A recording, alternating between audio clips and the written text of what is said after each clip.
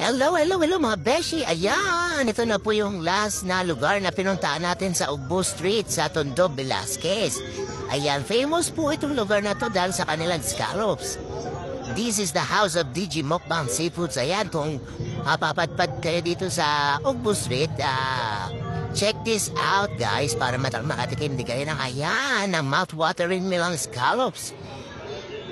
Yan, grilled din na butter po yan. And syempre ang in-order namin yung pagmalakasan nilang bilao. May fried daing, fried tilapia, may tahong din po dyan, may shrimp, may squid, ayan, may scallops din. And nasa bed of ano sila, Java rice. Ayan, kung nabitin po kayo sa Java rice na nakalagay dyan sa bilao set na yan, pwede kayo umorder ng Anli Java for only 50 pesos. 1 to sawa na nga po yung Java rice din sa 50 pesos na yan. And syempre, hindi naman kumakain ng seafoods yung mga bagets. So umorder kami dun sa katapat ng DG House of Mukbang Seafoods na tempura. Ayan, meron silang tempura dyan and may kani salad para sa mga nagda-diet and may dynamite.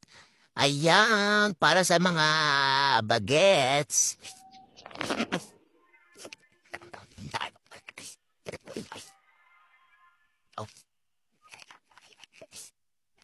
Ayan, so pag busog na, ano pa ba ang susunod na gagawin? Di kulitan na.